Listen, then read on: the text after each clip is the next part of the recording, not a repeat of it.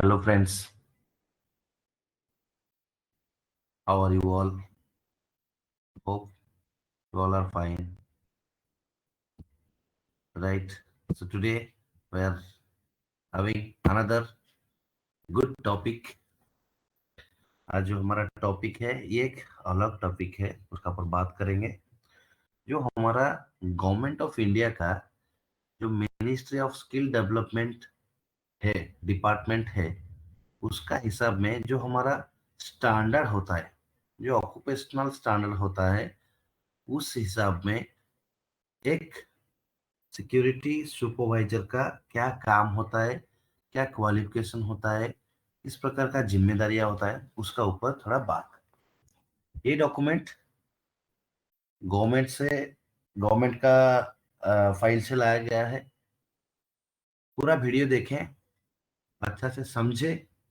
हम पहले एक वीडियो अपलोड किए थे जो एक सिक्योरिटी सुपरवाइजर का बेसिक ड्यूटीज एंड रेस्पॉन्सिबिलिटी का ऊपर था।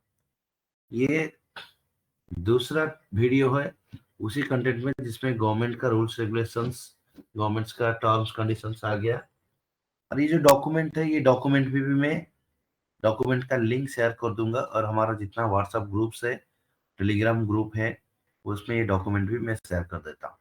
अच्छा से पढ़ने के लिए मिल पाएगा आपको, ठीक है। तो चलते हैं, देखते हैं क्या होता है, अच्छा से समझेंगे। देखिए, जो गवर्नमेंट ऑफ इंडिया का जो ministry of skill development department होता है, ठीक है, NSDC, national skill development corporation का अंडर में आता है। उसका हिसाब में क्या क्या है देखते हैं। तो ये हमारा हम देखते हैं एक सुपरवाइजरी रोल के लिए, ये जो सुपरवाइजरी रोल है इसके लिए क्या क्या क्वालिफिकेशंस क्या क्या चाहिए, ये सब देखेंगे हम, ठीक है, राइट।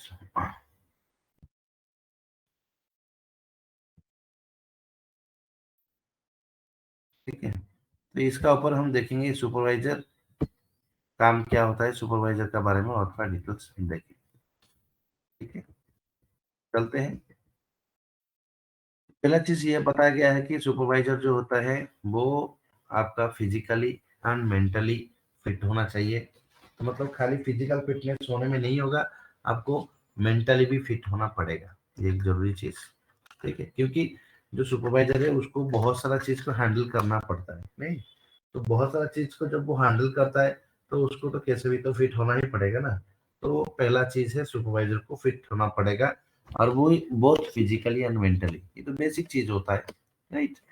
देन उसका एक अच्छा कम्युनिकेशन स्किल होना चाहिए। तो मतलब उसको कम से कम दो तीन भाषा आना चाहिए, दो तीन टू थ्री लैंग्वेजेस एटलीस्ट, ठीक है। कम से कम दो तीन लैंग्वेज आना चाहिए, लेकिन ना उसका कम्युनिकेशन स्किल्स भी अच्छा होना चाहिए। तो कम्युनिकेशन स्किल्स अच्छा है मतलब उसको कम से कम दो तीन लैंग्वेज आना चाहिए, ठीक है। देन और एक चीज हो गया, उसका पास मोटिवेशनल स्किल होना चाहिए, ताकि वो अपना जो साथ में जो काम करते हैं वो लोगों को अच्छा से मोटिवेट करके काम करवा सकता है।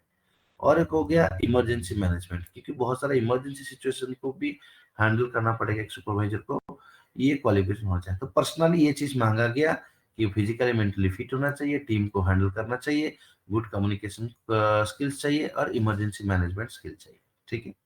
तो गवर्नमेंट का रूल्स का हिसाब में जो हमारा ये हो गया गवर्नमेंट ऑफ इंडिया का जो ये हो गया ना नेशनल स्किल डेवलपमेंट काउंसिल, इसका हिसाब में हम देखें तो क्या क्या डिटेल्स चाहिए। तो रोल तो हो गया, समझ गए। तो उसका क्वालिफिकेशन आज का डेट में उसका क्वालिफिकेशन 12th स्टैंडर्ड पास होना चाहिए, ठीक है।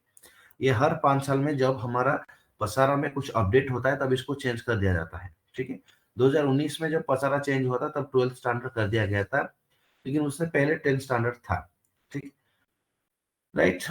और एक भी बताया गया कि उसको पसारा का हिसाब में 160 घंटा का ट्रेनिंग देना भी जरूरी है। जो भी सुपरवाइजर हायर किया जाता है तो उसको कम से कम 160 घंटा का ट्रेनिंग देना चाहिए। जो ट्रेनिंग हमारा जो पसारा होता है ना, private security agencies regulation act 2005, उस हिसाब में उसको 160 घंटा का ट्रेनिंग भी देना चाहिए। और सुपरवाइजर होने के लिए कम से कम मिनिमम एज 22 होना चाहिए। आपका पास सब कुछ हो सकता है, फिर भी आप 22 एज का नहीं हो तो देन आप सुपरवाइजर नहीं हो सकते। और एक्सपीरियंस होना चाहिए कम से कम 3 साल, वो अनआर्म्ड सिक्योरिटी गार्ड जैसा काम करना चाहिए। नहीं तो कोई हमारा नेशनल स्किल डेवलपमेंट काउंसिल जो होता है ना, गवर्नमेंट ऑफ इंडिया का जो नेशनल स्किल डेवलपमेंट काउंसिल होता है, उसका अंडर में कोई रिकॉग्नाइज्ड ऑर्गेनाइजेशन में कोर्स करना चाहिए सुपरवाइजर का कोर्स। ये दो, आइदर 3 साल का एक्सपीरियंस और कहीं पे सुपरवाइजर का कोर्स किया है जो गवर्नमेंट का अंडर रजिस्टर्ड है, ठीक है। तो उसका जो बेसिक ड्यूटीज होता है इसका बारे में भी डिटेल एसओपी रहता है, तो भी सिंपली हम देख लेंगे। सिक्योरिटी यूनिट को सुपरवाइज करना पड़ता है, ठीक है। तो सिक्योरिटी ड्यूटीज को कैरी आउट करना पड़ता है, लॉस्ट एंड फाउंड को मैनेज करना पड़ता है, एस्कॉर्ट ड्यूटी को मैनेज करना पड़ता है, ठीक है। एक्सेस कंट्रोल मैनेज करना पड़ता है उसको, देखें। बेसिक सिक्योरिटी प्रैक्टिस को मेंटेन करना पड़ता है, लीगल रिक्वायरमेंट का ऊपर काम करना पड़ता है, ठीक है। Then property, people and information protection के लिए काम करना पड़ता है, स्क्रीनिंग सर्चिंग एक्टिविटी इसको मेंटेन करना पड़ता है, पार्किंग कंट्रोल करना पड़ता है, ठीक है। हेल्थ सेफ्टी को देखना पड़ता है, ठीक है। डिप्लॉयमेंट को देखना पड़ता है, डिप्लॉयमेंट्स को देखना पड़ता है जब। देन और चीज हो गया कि positive image and self organisation में डिसिप्लिन वगैरह को फॉलो करना पड़ता है, ठीक है। और ये यूनिट तो अलग अलग हो जाता है, इंडस्ट्रियल होगा तो और थोड़ा चेंज होता है, आईटी होगा तो और थोड़ा चेंज होता है, और कोई इवेंट सिक्योरिटी होगा तो और थोड़ा चेंज होता है। देखते हैं और क्या उसका बारे में और थोड़ा देखते हैं, ध्यान से देखेंगे ये चीज को, ठीक है। उसका जो बेसिक ये जो उसका जो ड्यूटीज को पैक कर किया गया है, उसको ये एनओएस स्टैंडर्ड में बनाया गया, जो हमारा नेशनल ऑक्यूपेशनल स्टैंडर्ड और national skills qualification framework NSQF and NOS उस हिसाब में बनाया गया है उसका ड्यूटीज। खाली उतना नहीं है, उसका साथ पसारा भी लागू है, उसके साथ ओएस जो ऑक्यूपेशनल स्टैंडर्ड है गवर्नमेंट ऑफ इंडिया का, ये दोनों, ये चारों का हिसाब में जो एनओएस, एनएसक्यूएफ, ओएस एंड पसारा का हिसाब में उसका ड्यूटीज क्या होता है, उसका सैलरी कितना होना चाहिए, उसका क्वालिफिकेशन कितना होना चाहिए, एक्सपीरियंस क्या होना चाहिए, सब कुछ तय किया जाता है। हर कंपनी इसको फॉलो नहीं करते हैं, बहुत सारे कंपनी इसको फॉलो करते हैं और बहुत सारे कंपनी इसको फॉलो नहीं करते हैं। वो कंपनी का होता है क्योंकि एक मैन पावर एजेंसी होता है तो लोग कंप्लेन नहीं कर पाता है, कोई एक्शन नहीं ले पाता है, इतना स्ट्रांग ऑडिट नहीं होता है, गवर्नमेंट का लोग इतना स्ट्रांग ऑडिट नहीं कर पाता है, लेकिन नियम कानून यही है, कोई चाहेगा तो कंप्लेन कर सकता है। हर सुपरवाइजर के लिए, हर सिक्योरिटी सुपरवाइजर के लिए ड्यूटीज क्या होगा वो नेशनल ऑक्यूपेशनल स्टैंडर्ड में क्लियरली बताया गया है, ठीक है। ये पूरा एक किताब है, 100 पेज का किताब है, मैं जस्ट सिंपली बता रहा हूँ। लेकिन क्या होगा, ये डॉक्यूमेंट को मैं शेयर करूंगा जितना भी हमारा व्हाट्सएप ग्रुप से और टेलीग्राम ग्रुप से, वहां से आप ले सकते हैं, ठीक है। राइट, देखते हैं और थोड़ा आगे। ये इसमें पूरा ड्यूटी बताया गया है, ठीक है। क्या क्या ड्यूटी बताया गया उसको डिटेल नहीं बताऊंगा, लेकिन सिंपली बताऊंगा।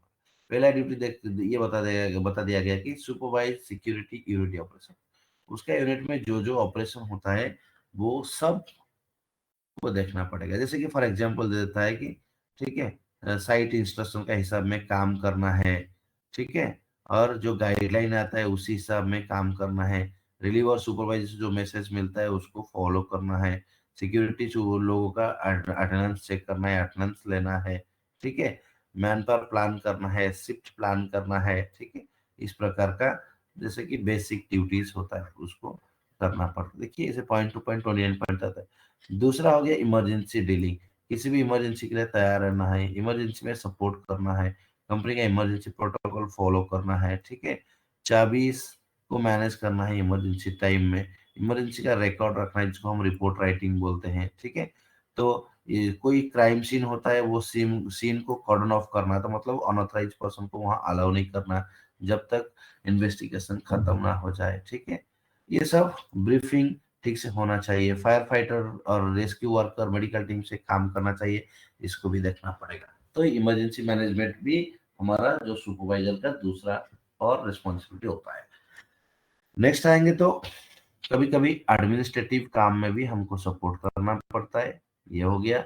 देन हो गया ऑर्गेनाइजेशन का कंटेस्ट का ऊपर काम कर, जैसे कि सिक्योरिटी प्लान, साइट इंस्ट्रक्शन का ऊपर काम करना पड़ता है। कॉन्टैक्ट डिटेल्स, इमरजेंसी सर्विस का डिटेल्स अपडेट करना पड़ता है, ठीक है। इमरजेंसी कॉन्टैक्ट नंबर का जो होता है मैट्रिक्स उसको बनाना पड़ता है। देन उसको टेक्निकल नॉलेज होना चाहिए, जैसे कि बेसिक कंप्यूटर नॉलेज होना चाहिए, फायर सेफ्टी प्रोडक्ट का नॉलेज होना चाहिए, ठीक है। कम्युनिकेशन जैसे कि फोन और ईमेल, वॉकी टकी यूजेज, इसका नॉलेज होना चाहिए। की हैंडलिंग कंसेप्ट, की सुपरविजन, की लीडरशिप, उसका भी नॉलेज होना चाहिए। देन और कुछ स्किल्स भी चाहिए जैसे कि राइटिंग स्किल्स, उसका रिटन कम्युनिकेशन अच्छा होना चाहिए, ठीक है। रीडिंग स्किल्स अच्छा होना चाहिए, उसको अच्छे से बात करना आना चाहिए, 2-4 भाषा उसको लैंग्वेज मालूम होना चाहिए, ठीक है? उसका अंदर और प्रोफेशनल स्किल्स होना चाहिए। कुछ इमरजेंसी में या कुछ सिचुएशन में डिसीजन मेकिंग, मतलब कुछ हाल खराब है, हाल अच्छा है, डिसीजन लेना पड़ सकता है, तो डिसीजन ठीक से ले पाना चाहिए। कुछ करने के लिए प्लान और ऑर्गेनाइज करना चाहिए, कस्टमर को हैंडल करने का नॉलेज होना चाहिए, कुछ प्रॉब्लम को सॉल्व करने का नॉलेज चाहिए, ठीक है? क्रिटिकल सिचुएशन में सोच समझ के काम करना चाहिए, क्रिटिकल थिंकिंग जब हम उसको बोलते हैं। तो ये सब चीज़ आ जाता है हमारा सुपरवाइजर का बेसिक ड्यूटी में, ठीक है? इंडस्ट्री जब बदल जाता है, जब कमर्शियल इंडस्ट्री, इंडस्ट्रियल इंडस्ट्री आ जाता है, तो फिर वो और बदल जाता है। हर इंडस्ट्री के लिए अलग-अलग रिस्पॉन्सिबिलिटी, अलग-अलग काम होता है। ये सब हमारा जो गवर्नमेंट ऑफ इंडिया का जो स्किल डेवलपमेंट काउंसिल का द्वारा प्लान किया गया कंप्लीटली ये एक किताब है, जिसमें आपका ड्यूटीज डिटेल्स रहेगा। हर डिटेल्स में बात करना नहीं चाहता हूँ, मैं 5 मिनट ये सब चीज़ बताना चाहता था। ये डॉक्यूमेंट का ऊपर और एक समराइज़्ड प्लान में करूँगा, ये डॉक्यूमेंट में क्या-क्या चीज़ है, उसको मैं समरी करूँगा और एक वीडियो प्लान करूँगा बहुत जल्द। वो वीडियो में आप कंप्लीटली देख पाएँगे क्या-क्या उसमें है, ठीक है? जैसे कि देखिए व्हीकल ये ट्रांसपोर्ट सिक्योरिटी का ड्यूटी होता है, ठीक है? एस्कॉर्ट ड्यूटी अरेंज करना वगैरह, ये सब चीज़ होता है। अलग-अलग प्रोफेशन, अलग-अलग जैसे कि हमारा इंडस्ट्रियल सिक्योरिटी के लिए अलग होता है, आईटी सिक्योरिटी के लिए अलग होता है, हमारा इवेंट सिक्योरिटी के लिए अलग होता है। तो सबके लिए अलग-अलग प्लान है। ये कंप्लीट किताब है, ये किताब 96 पेजेस का होता है। इसको हम शेयर करेंगे, ठीक है? देखिए एंट्री कंट्रोल होता है, इवेंट सिक्योरिटी का होता है, एंट्री एग्जिट कंट्रोल होता है। ये सब मैं शेयर करता हूँ आपका व्हाट्सएप और टेलीग्राम ग्रुप में, आप इसको पढ़ पाएँगे और एक अच्छा-सा वीडियो पार्ट 3 सुपरवाइजर के लिए बेसिक ड्यूटी पार्ट 1 बनाया था, ये पार्ट 2 बना रहा हूँ और एक पार्ट 3 में कुछ-कुछ इम्पोर्टेंट पॉइंट के साथ मैं और एक वीडियो बनाऊँगा, जिसमें आप देख पाएँगे एक सुपरवाइजर का बेसिक ड्यूटीज़ क्या होता है, उसका सैलरी कितना होता है, वो उसका सैलरी ठीक से नहीं मिल रहा है, उसको कुछ इश्यूज़ आ रहा है, तो वो कंपनी का एचआर को अलावा गवर्नमेंट में किसको कंप्लेंट करेगा, क्या-क्या एक्शन ले सकता है वो गवर्नमेंट, ये सब हम डिटेल बात करेंगे और एक वीडियो में, ठीक है? और एक लंबा वीडियो बनाएँगे, जिसमें डिटेल हमारा बात किया जाएगा, ठीक है?